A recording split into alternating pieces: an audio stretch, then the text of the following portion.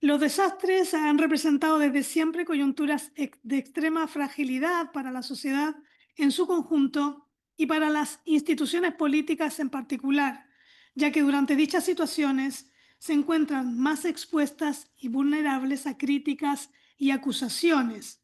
Para prevenir esto, fue preciso que los gobernantes de la época moderna desarrollaran un amplio abanico de respuestas ante eventos excepcionales, además de las eminentemente prácticas relacionadas con la gestión efectiva de la calamidad.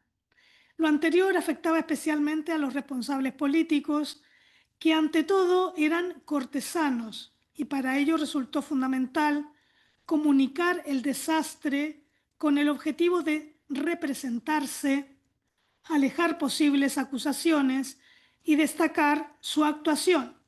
En este contexto se enmarca esta investigación del virrey del Perú Manso de Velasco, conde de Superunda, uno de los sujetos más relevantes de la administración a mediados del siglo XVIII en la América española, quien después de una destacada carrera militar en Europa y en el norte de África, le vino la oportunidad de pasar al Nuevo Mundo.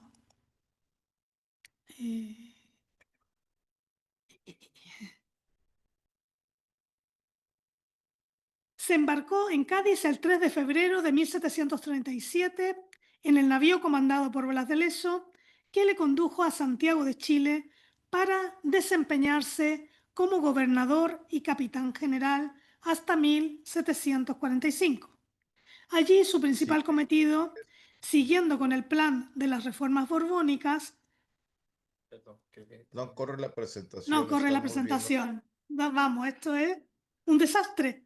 Esto es un desastre, que no puede ser de otra manera. Son las variables en vivo. Yo ahora ya dejé de compartir la presentación, ¿vale? Ahora no está compartiendo. Le doy a compartir. Es que está abierta varias veces en varias pantallas. A ver si es que la tenemos. ¿Y eso? Creo que es eso. ¿Y por qué se multiplica? A ver, espérate. A ver, porque la he... Vale. Lo que hay que hacer es ir para adelante, para atrás y ver si lo ven. Venga, pues vamos a darle ahora a compartir otra vez.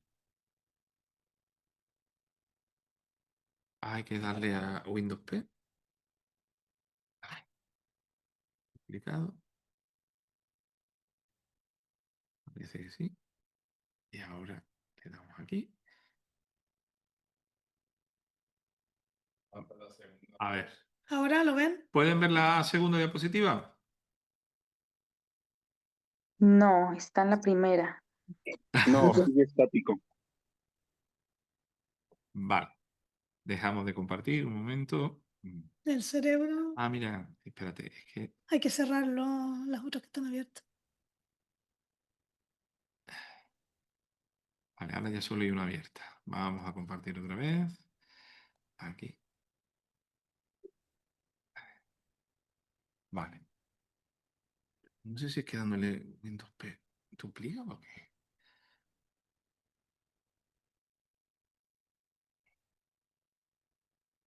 Cuando uno lo hace desde casa no pasa esto.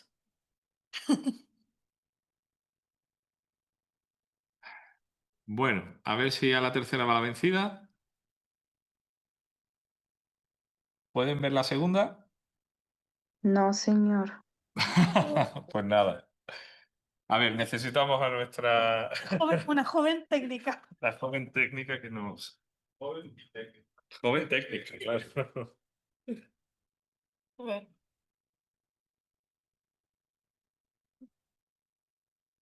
Bueno, vamos a poder decir que nuestro workshop fue desastre.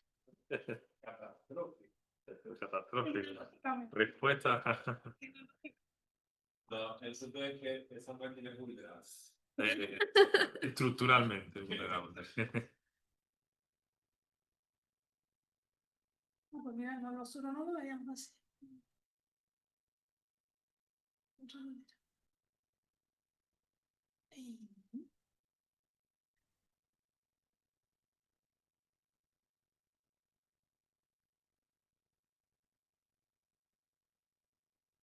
¿Ves la segunda hora? Sí, sí se ve. En las federaciones. Bueno, Sí, sí, sí, quédate. muchas gracias por el apoyo técnico prestado. Bueno, hemos dejado aquí a Manso de Velasco en Chile, ¿vale? No lo voy a repetir. Finalmente, por directa intercesión del ministro de Marina de Indias, su paisano riojano, el marqués de la Ensenada, esto es importante de destacar, le nombraron virrey del Perú para suceder al marqués de Villagarcía por Real Cédula del 24 de diciembre de 1744. Comenzaba así el gobierno de más de 16 años hasta 1761, lo que supuso el mandato más prolongado de todos los virreyes del Perú. Por eso que me centré en Manso de Velasco, porque aparte de que tenemos unas situaciones interesantes en la época, tanto porque él fue gobernador de Chile en la época en que también hubo terremotos importantes en Chile, y luego va al Perú, donde va a tener ya una experiencia previa con respecto a este tipo de fenómenos, ¿no? Hizo su entrada pública en Lima bajo palio el 12 de julio de 1745, y el hecho más importante que marcaría el rumbo de su gobierno fue el terremoto que destruyó Lima y Callao el 28 de octubre de 1746. Y la verdad que este terremoto, por el impacto que ha tenido, pues ha sido trabajado por varios investigadores, dentro de los que destaco a Charles Walker, Pablo Emilio Pérez Mayaína, Scarlett O'Phelan y Víctor Álvarez Ponce, que para mí pues tienen unos trabajos monográficos muy destacados sobre los efectos del terremoto y tsunami de 1746.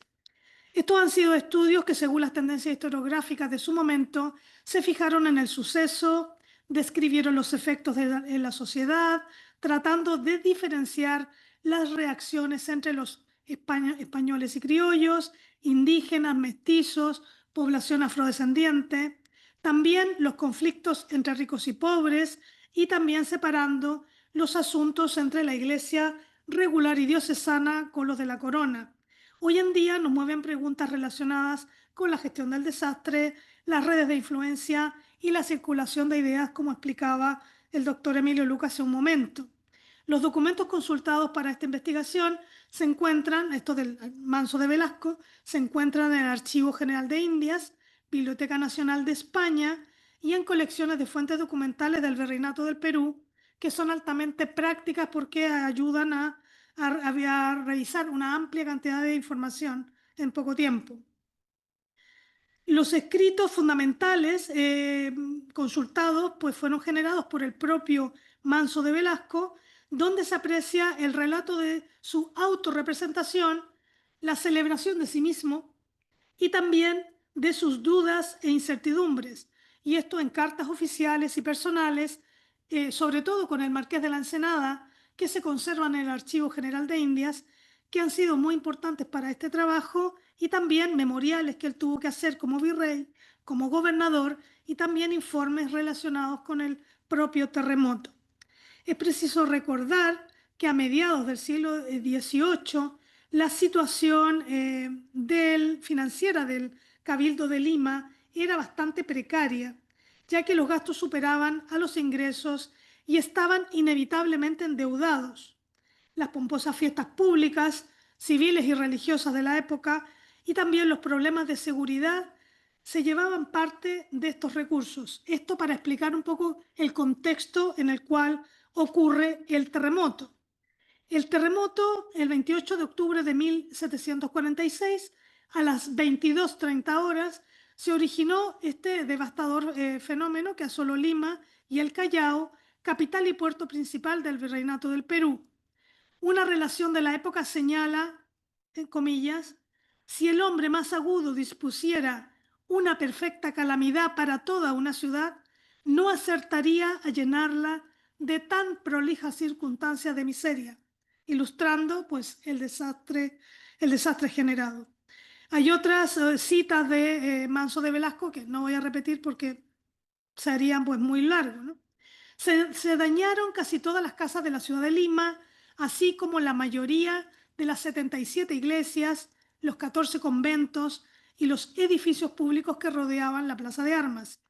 El número de fallecidos varían según los informes entre 1.200 hasta los 6.000, en una población total de 55.000 personas. O sea, la devastación de igual humana fue increíble. En el caso del Callao, que no me puedo detener ahora, pero sí les comento que fue increíble en cuanto al ahogamiento. Fueron más del 80% de la población que se ahogó por el tsunami. En el caso de Lima no, porque la situación de la geografía pues no le afecta, ¿no? Aquí hay unos mapas del Callao. El propio virrey comparó Lima con el escenario de un campo de batalla. Las dos torres de la catedral se derrumbaron, destruyeron buena parte de la nave y el arco con una estatua de Felipe V sobre el puente del Rímac se precipitó a las aguas. Durante semanas el mar arrojó cuerpos, las maderas y los tesoros arrastrados por el tsunami a las playas de Lima. Los prisioneros de las cárceles de la Inquisición casi se ahogaron cuando una sequía rota inundó sus celdas. Esta es una cita de Llano y Zapata de 1750. Fueron varios los testimonios publicados por testigos que vivieron esta experiencia. Pues está el muy conocido de Pedro Lozano de 1747, de Eusebio Llano y Zapata, que les he comentado ahora, de 1748, o sea, contemporáneos, y también de Victorino Montero, de 1748, texto de más de 40-50 páginas impresas de este desastre, ¿no? Por su parte, el propio Manso de Velasco dedicó todo el empeño de los siguientes años de su gobierno a la ardua tarea de la reconstrucción de Lima y el Callao, en un ambiente social conflictivo y donde él, aunque aún recién llegado a su nuevo cargo, ya que llevaba solo un poco más de un año, tuvo que maniobrar con astucia para no caer en las intrigas de las redes locales de los intereses tejidos en la región. Esto está muy en sintonía con lo que comentaba el doctor Luque con respecto a las investigaciones que hemos estado realizando, porque lo que pareciera ser bueno para la ciudad, pues no era bueno para distintos grupos de la sociedad. En este caso, los ricos de Lima se veían afectados si las casas en vez de 3 pisos tenían un piso, si se tenían que hacer pues algunas reformas que afectaban pues sus negocios, ¿no? El rediseño arquitectónico de ambos lugares, Lima y el Callao, corrió a cargo del francés Louis Gaudin, catedrático de prima de matemática de la Universidad de San Marcos. Esta fue una casualidad que justamente Louis Gaudin estuviera en ese momento en Lima. El virrey puso fin al luto, en todo caso, de la capital el 23 de septiembre de 1747, al celebrar públicamente la proclamación como rey de Fernando VI.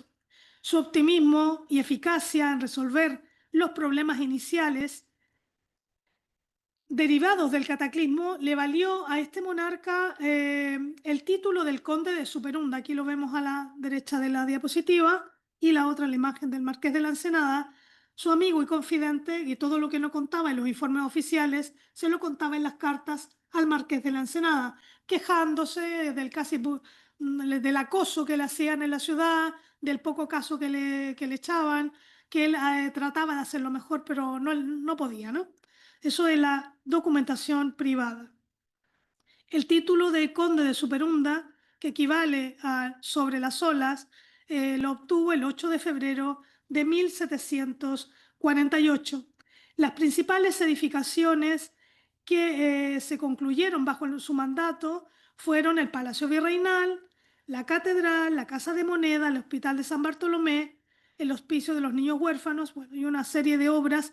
Tanto es así que en esta pintura, ¿no?, que está en la Catedral de Lima, se puede ver a un enorme Manso de Velasco con la ciudad de Lima y toda su obra de reconstrucción. Algunos le llegaron a considerar el segundo fundador de Lima. El terremoto y las reformas subsiguientes cambiaron la arquitectura de la capital del virreinato. Los techos planos, el uso de la quincha y el adobe reemplazaron cada vez más los techos abovedados, los arcos de piedra y los edificios más altos de 2 pisos, característicos de esta Lima barroca. Como hay tantísima documentación, he hecho una tabla intentando resumir las decisiones que Manso de Velasco tuvo que tomar, ¿no? El tema de la altura, ¿vale?, que va a tener unas consecuencias, que va a ser el enfrentamiento con los ricos de Lima, y los problemas que eran los censos, ¿no?, que lo que ellos perdían. Esto, como va a ser publicado, voy a ir un poco rápido en honor al tiempo, ¿vale? Porque hay mucha información plasmada aquí.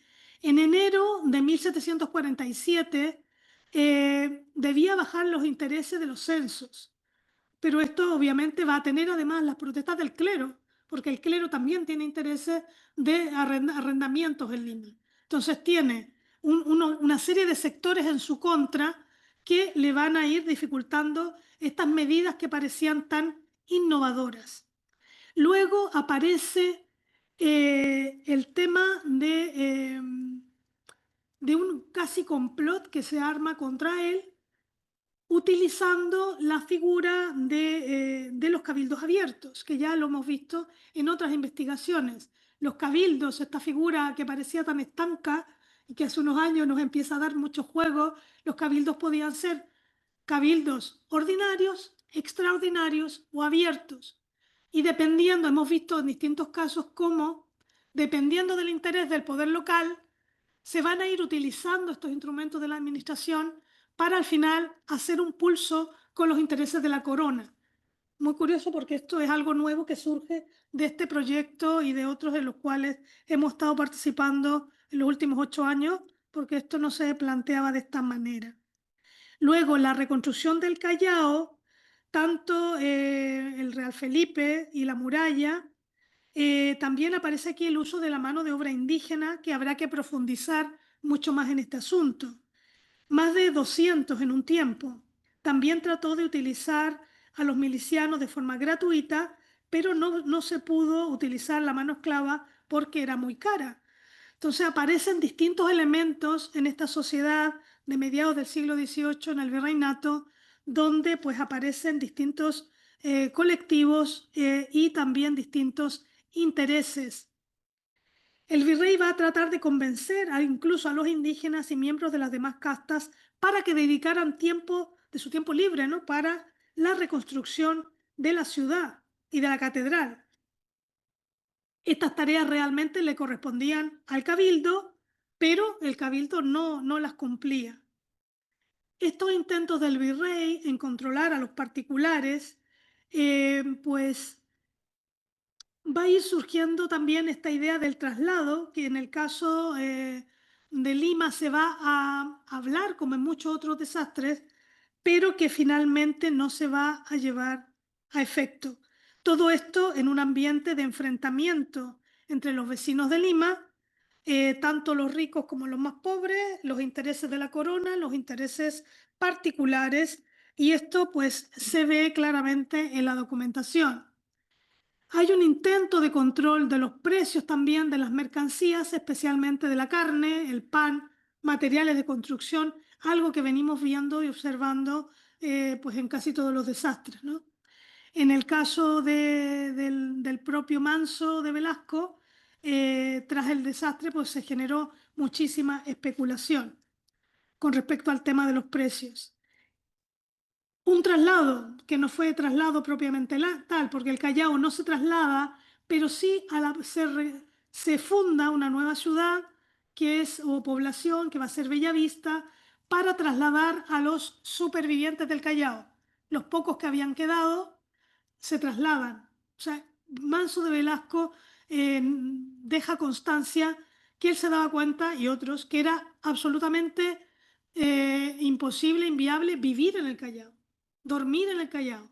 Había que trabajar en el Callao porque era el puerto, pero la gente en la noche se tenía que marchar a un lugar seguro. Pues hoy en día vemos cómo el Callao cada vez es más grande, ¿no? Pero bueno, Manso de Velasco en su día prefirió fundar otra población para que la población al menos durmiera en seguridad.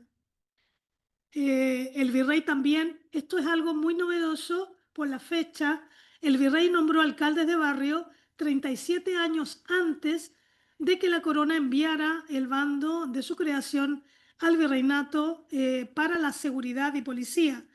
Incluso hay una hipótesis ahí un poco que hay que desarrollarla mejor, de que habría sido como el precedente de los posteriores iniciativas que se tomaron en la corona. Entonces, no todo venía de la corona o de la corte necesariamente, sino que esa circulación de ideas era en ambos sentidos.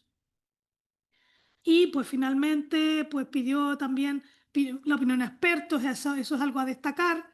Se va a hacer asesorar, estamos a mediados del siglo XVIII, evidentemente las tesis provincialistas siguen estando ahí, pero estos ingenieros militares, estos intelectuales naturalistas que están cerca del poder, pues van a apoyar a la autoridad. Evidentemente no todas las propuestas van a ser aceptadas. El virrey aceleró todo lo que pudo las labores de reconstrucción, porque detectó que lo que se refugiaron en los campos estaban enfermando debido a la humedad y el frío, también a la diferencia entre los que armaron chozas en la Plaza Mayor. Y finalmente, pues el virrey hizo también grandes esfuerzos para restituir las obras públicas, evidentemente por el problema que tenía con la población, con la ciudadanía, los ricos de Lima, pues no pudo ser. Como conclusiones generales, como debilidades del mandato de Manso de Velasco, como llevaba más o menos un año en su cargo, el terremoto y tsunami y la tarea de reconstrucción transformaron el tiempo, entre comillas, enero de 1747 y julio de 1748, en un periodo que resultó sumamente comprometido para la política interior de Manso de Velasco, en palabras de Pérez Mallaína. La falta de apoyo del virrey por parte de la sociedad limeña, ya que todos se unieron, el clero, el obispo, miembros del cabildo, además de la alta sociedad, se enfrentaron contra el virrey y las medidas que él tomaba porque no les venía bien para su economía. Todo parece indicar que Manso de Velasco sufrió durante sus primeros años un verdadero acoso, claramente de carácter político, y era lo que él le denunciaba o le señalaba a Ensenada en sus cartas. A pesar de la reconstrucción de Lima y el Callao, supervisadas por él mismo, Manso de Velasco no logró aplicar a cabalidad las reformas urbanas que él y los borbones tenían como modelos ideales debido a la oposición de la sociedad limeña. También recordemos que estamos a mediados del siglo XVIII, hay una gran inseguridad en la zona andina, el temor a las sublevaciones de esclavos y de la plebe, entre comillas, palabra de la época, marcadas por una mentalidad también racista y clasista y sexista, muy propia de la época. En este último caso, debido a que una de las más serias razones para explicar el origen del terremoto y tsunami de 1746 en la época era, entre comillas, la escandalosa vestimenta de las mujeres de Lima, lejos del decoro y la decencia. Con respecto a aciertos, pues él buscó en la historia de Lima los antecedentes de su anterior ruina, 1687, y eso es un elemento muy interesante. Él va a buscar en los archivos, por primera vez pide que se abran los archivos y se buscan antecedentes. Trató de aplicar mejoras constructivas también en cuanto a materiales, diseño urbano. También él retoma el debate del ancho de las paredes, cuestión que ya se había hablado en 1687, que nunca se considera como el siglo ilustrado de mejora, pero es verdad que finales del 17 también había mucho debate con respecto a este asunto.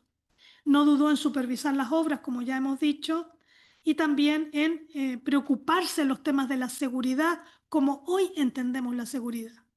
Quizá por su experiencia como gobernador de Chile y luego pues como virrey del Perú. Y se asesoró, como hemos visto, de importantes técnicos, como en este caso Luis Godán y otros ingenieros que estaban allí en la época. En este contexto, uno puede reflexionar en general que las reformas borbónicas en el ámbito del desarrollo de las ciudades fueron en general muy positivas por crear un debate sobre el espacio común, algo que no había ocurrido sí en épocas anteriores. Fomentaron las actuaciones de los ingenieros militares, la generación de conciencia del Estado, de la contratación de profesionales para desarrollar estos trabajos más técnicos y, por supuesto, aunque sigue manteniéndose el tema providencialista y la visión religiosa, pues la documentación ya pues cuesta encontrar esa información y hay más información técnica o más información con respecto a qué hacemos, cómo lo resolvemos, ¿no? Más que solo rezar, que sí lo indican, pero ya saben que hay que hacer algo más. Las mejoras de obras públicas, una preocupación también por el tema del agua, que se ha comentado en más de otra comunicación, ¿no? Hoy y en otras, ¿no? También educar a la población para que colaborara en este trabajo que era por el bien de todos, como también comentaba el doctor Luque. O sea, no solo había que plantearlo, sino convencer a la población y explicarle por qué era necesario ese cambio.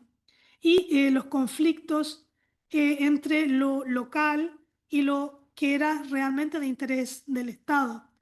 En otros trabajos pues, hemos podido diferenciar distintas variables y podemos ahí marcar con unas X, ¿no? El Lima, después la ruina de Concepción, la ruina de Chillán y con el gran terremoto que se llamó el terremoto de Lisboa, producido en el Golfo de Cádiz, que va a ser emblemático, que no podemos profundizar ahora más, pero que evidentemente todos estos ejemplos sirven para que en la corona se vayan tomando medidas.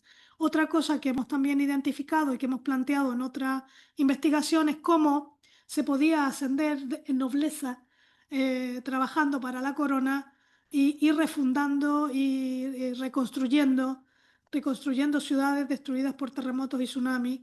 Marqués de Pombal es marqués después del terremoto de Lisboa, el conde de Superunda después del terremoto de Lima, y el conde de Poblaciones después de la ruina de Concepción y Chillán en 1751, ¿no? Pues muchas gracias por la atención.